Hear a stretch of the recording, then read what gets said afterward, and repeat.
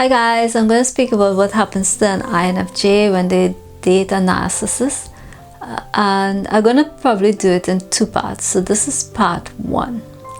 So I know that INFJ is supposed to have high intuition, right?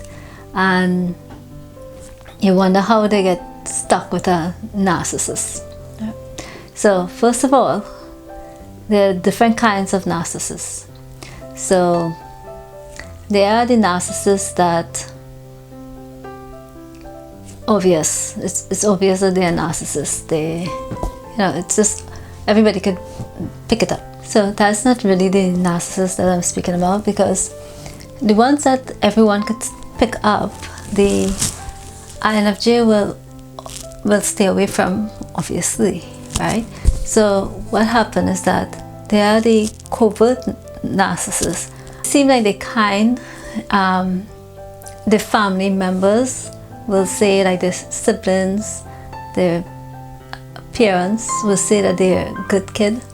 They're a good sibling, they're a good son or whatever, or daughter, whatever. All the friends say they're good. Like everybody say they're good, which is almost now, I think, is a sign. If you're really, well, yeah, if you're just too perfect to be true, it's a sign.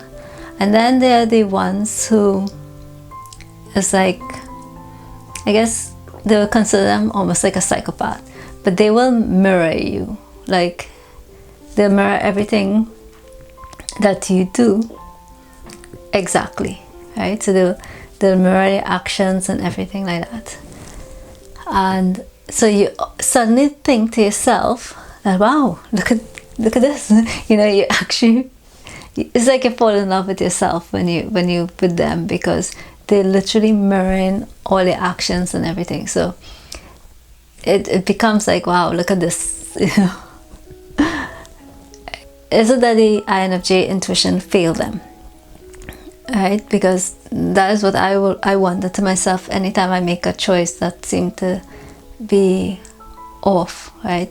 Did I not pick it up? But what has happened is that you'll realize that when you start to date somebody who is a narcissist, that you will feel it, but you just can't logically say your NI will pick it up, but your TI will say, where's the evidence?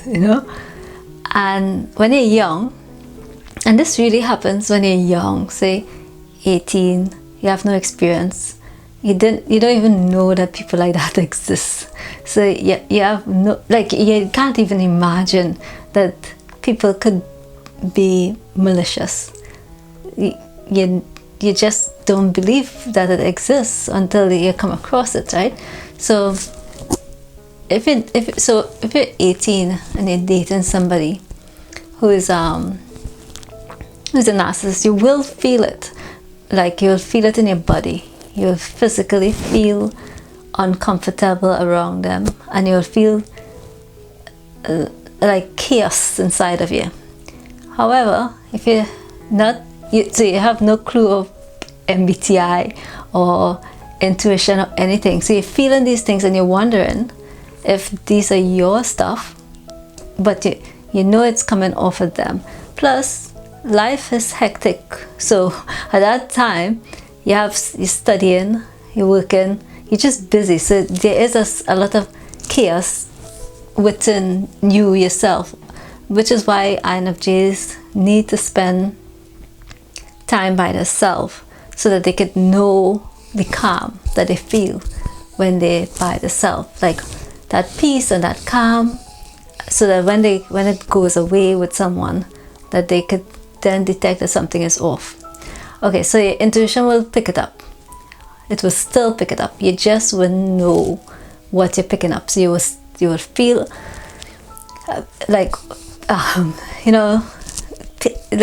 your chakra system will get thrown off. So you start to feel in your fourth, your third, your fifth, you start feeling stuff throughout your system, and you will wonder you're wondering, is this yours or is it the person? So yes, you will end up getting you because the person seems so perfect, you might convince yourself that you should give the person a try because you don't really have any real evidence, right? As you get older, as an INFJ, you don't really need real evidence. Your instinct is enough. When you're younger, you don't even know how intuition works. So you know you're feeling stuff, things happening to you when you're with the person, but you're not sure. So anyway, what has happened next is that if you don't pay attention to your intuition, it starts to speak louder. It raised the volume. So now you start to get physically sick. You start to break out in, say, maybe rash, or you start to get headaches. You just physically start to get sick. And if it's a covert narcissist, they will help you. So they will take you to the doctor. They'll be there supporting you, helping you try to figure out what is happening. So, okay. So number one thing. So suppose, let's say a relationship starts. So first thing, you know what they call narcissistic supply? The person gets a high off of it. Because we also feel the narcissistic high that they're getting. Yeah. So the narcissistic high feels like a bit too much, like you're getting too much of something. So it's almost like you need it to settle down. You need it to settle down. But you do pick up it, because once you're empathic, you will feel that they're feeling too. So you will feel the high. Right? But it does, because it's not something that you crave, it's sometimes uncomfortable to feel that so much intensity of emotions. But it's just that the intensity just seems to be too much, and you kind of tend to want it to calm down a bit. So you're almost waiting for that stage where everything calms down. So the other thing, you'll feel very fatigued when you spend time with the person. Like very, very drained. You'll literally feel the muscles in your face feel exhausted, and throughout your body, your arm muscles, you'll feel really, really, really drained. Like extreme fatigue. If you're in a relationship with them and you're spending a lot of time with them, you'll start to realize that your appetite, you start to have so they don't even have to do anything. It's just the aura. You're feeling the aura, right? So once you pick up the aura, you could feel so like you start to get craving, because you start to get tired, and because you get tired, you start to get cravings. Like cravings you never used to have before. So all of a sudden, if every time this person appears, you feel tired and cravings start, food cravings. So you start to crave salty stuff, and you start to crave salty and sugar. You know, so you see where you're going down. You're going down a pathway to the mess. Your body going to start getting messed up that way, right? But if you don't know about intuition and you don't know what is happening, yeah, you will think that something is wrong with you. You will be noticing that is when this person's wrong, but still they haven't done anything. Everything have been proper so far, right? They've been polite. They've been just perfect, like too perfect, which is a sign, you know. You might even mention to them that they're too perfect, but then you think to yourself, suppose they're real, you know, that it will be also awesome, right? Another thing that you start to notice is that you start to have brain fog, and your brain almost seems to slow down. your processing of information seem to slow down, and you start to have problems with self-esteem. You suddenly start to not like yourself.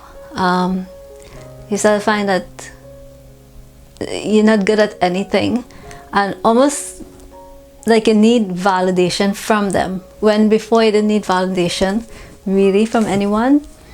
All of a sudden you start to be like, you need their validation, and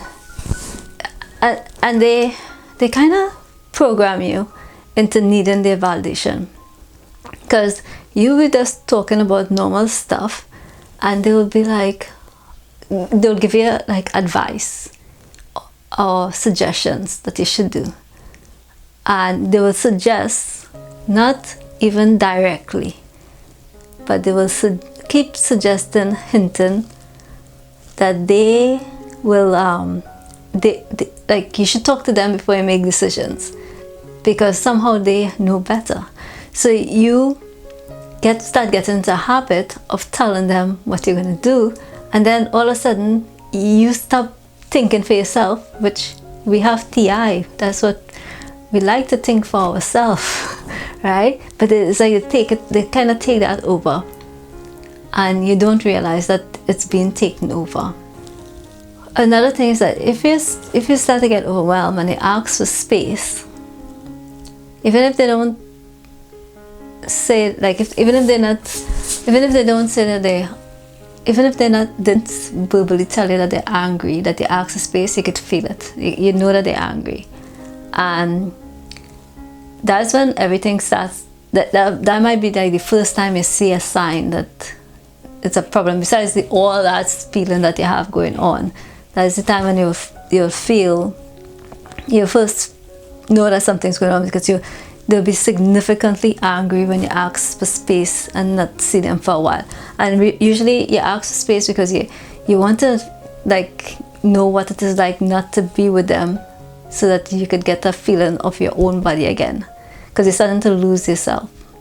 And what helps is that if you could remember yourself before them, that helps a lot, because you have to say to yourself, I was emotionally stable, I could handle a lot of stuff, and somehow it seemed like it's going away. The ability to handle stuff is going away, and the ability to be stable emotionally is going away. And that's the other thing. You realize that you're losing the ability to be emotionally stable, because somehow with all that, absorbing all their chaos, it's affecting you emotionally. So your brain is fogged, your emotion is starting to go away. You're starting to develop anxiety or some, like, you know, I mean, some people, I don't have anxiety because of how the world is right now, but it's like your anxiety levels start to increase, and you realize that you maybe even be absorbing their anxiety level. And so you also start to feel empty inside, and like if you're disappearing, you know, because what they do, they will speak about themselves. They literally program you.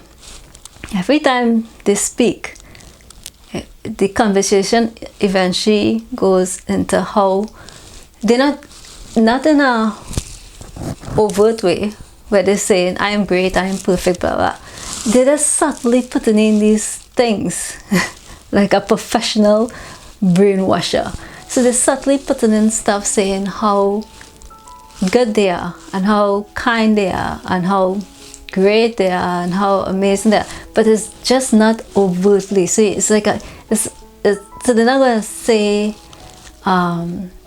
straight out that they're great, but they're going to say these subtle things that will imply that they are a very good, kind, nice person.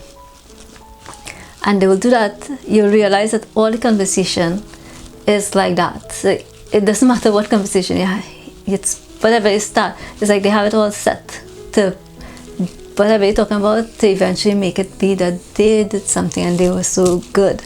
And it brainwashes you, because it's a constant over and over and over different affirmation of how great they are in the most subtle way that they don't really pick it up. So these are not just a normal narcissists that, you know, that loud.